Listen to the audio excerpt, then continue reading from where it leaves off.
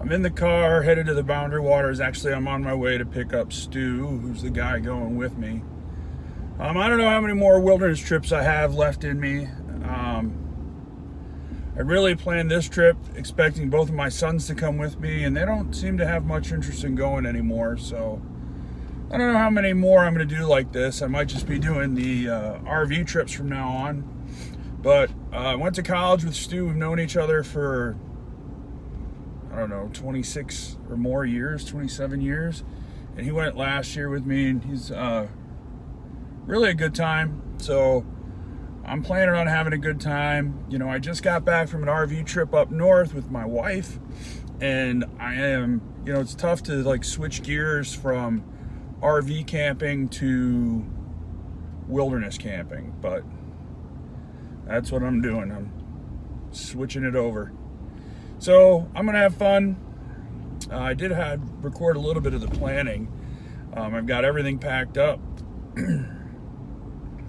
So I will keep everybody up to date.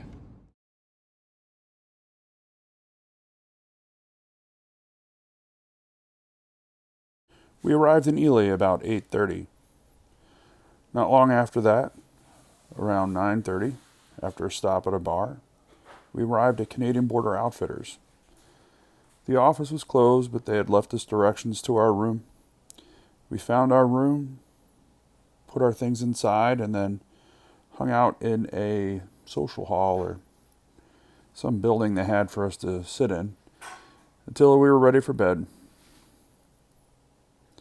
In the morning, it was raining, and we went down to the front office where I took this video. We met the outfitter and paid our bill, and then we were ready to start. Canadian Border Outfitters, bunk room number 8. And Stu Schulmez requested not to be in this video, but, you know, whatever. Comes with air conditioning and a view.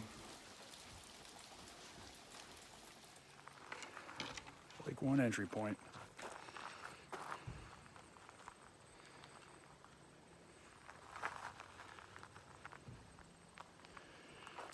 Got everything loaded, ready to go. Just pit stop for Stu, and then we're out of here. When I started this trip, I was a little apprehensive because it wasn't turning out the way I expected and my kids weren't there. As soon as Stu and I loaded up the boat and started out, I couldn't believe that I had ever doubted about this trip at all, and was immediately having a good time. And couldn't have been happier to be in the Boundary Waters.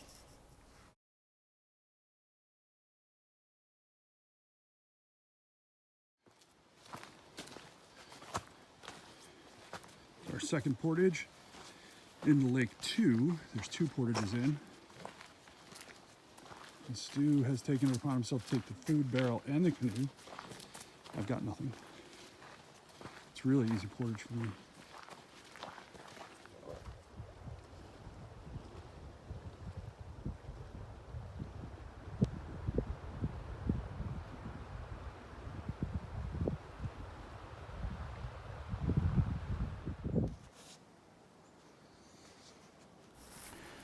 This is our first morning, and I was sleeping in what really is a group screen house, but I modified it to put my hammock in because I didn't feel like buying extra stuff. The problem was where my hammock strap went through the screen, there was a hole, which I'm going to zoom on in a second, and mosquitoes got in there all night long. So I did not sleep well. Yeah, I don't know if you can hear me. It's really windy. It's been windy. There's white caps out there. I don't know if you can see them. Kind of a tough glare. Yeah, I didn't sleep very good. I don't know if I'm a big fan of the whole hammock camping thing. But, you know, I made it through the night. Stu's fishing. And I am just hanging around here. A little too windy to go out in the canoe, so Hopefully by the time we leave, the wind will have died down.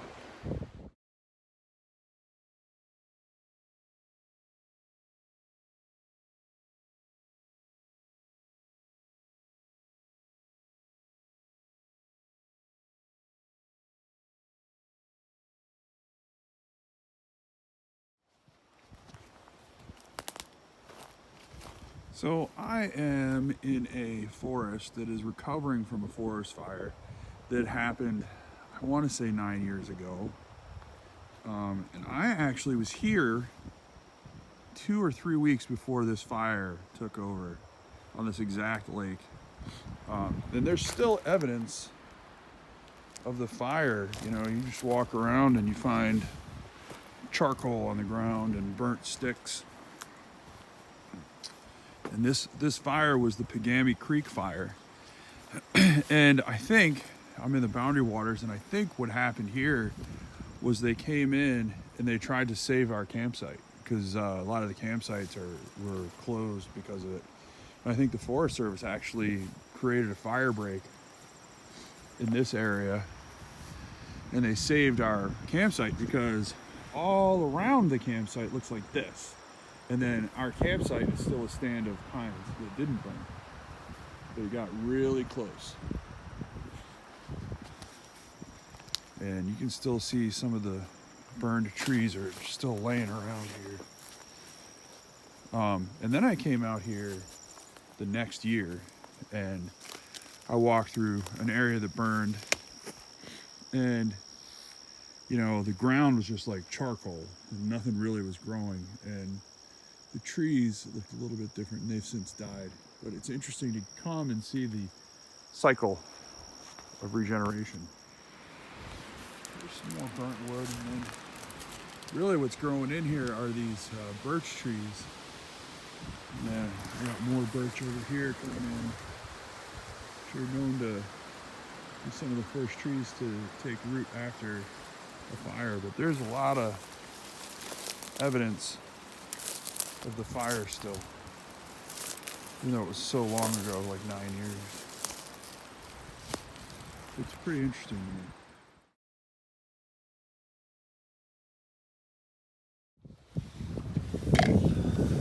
Just making dessert. It's a molten brownie.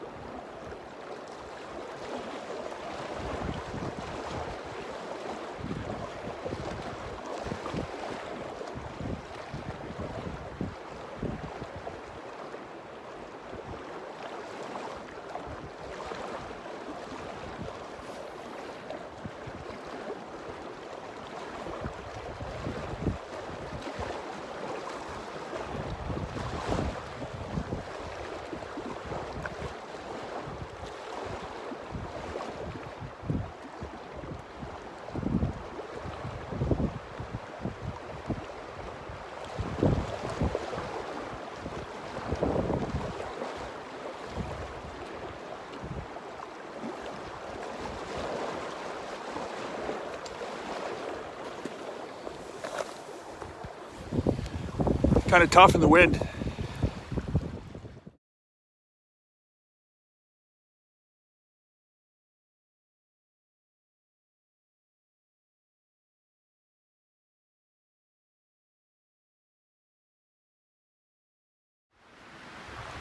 This is our camp setup. I unfortunately only had this big screen house that is modified to have a hammock in it. I will definitely use something else in the future. Kind of takes up too much room, and Stu has to deal with it. Over here we have our kitchen, and there are lots of tent pads at this site. We're just not using them. So there's a nice tent pad there. There's a really nice one there, and I'm standing in one. And we have our bear barrel, which we're still hanging.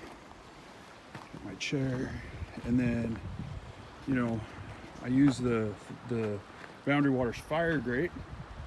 Even though we're not allowed to fire because of the fire ban, I did put our stove just high enough that we can just put our pans right on the fire grate and we don't have to worry about it all tumbling over.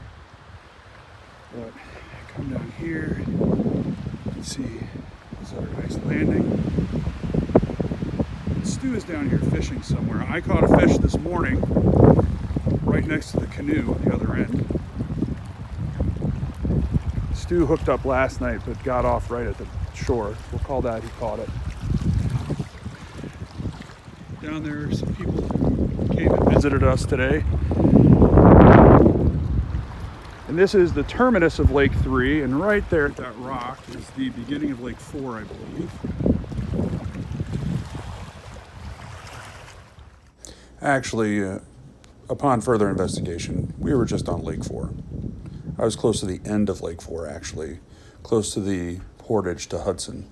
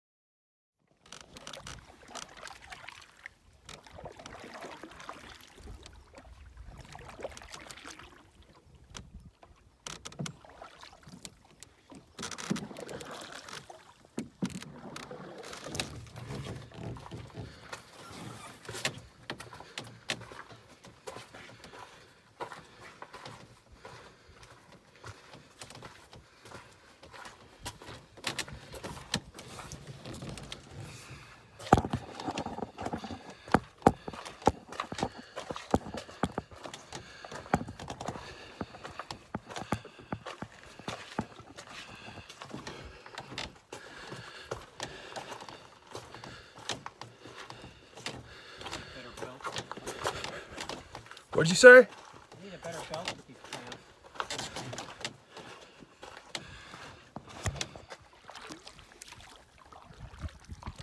So what do you think, Stu? You're on video. Great trip. A lot of fun. Favorite part? Favorite part was, I don't know, the laughing. Yeah, that was good. A lot of good laughter. That was. Well, I think Stu summed it up the best there.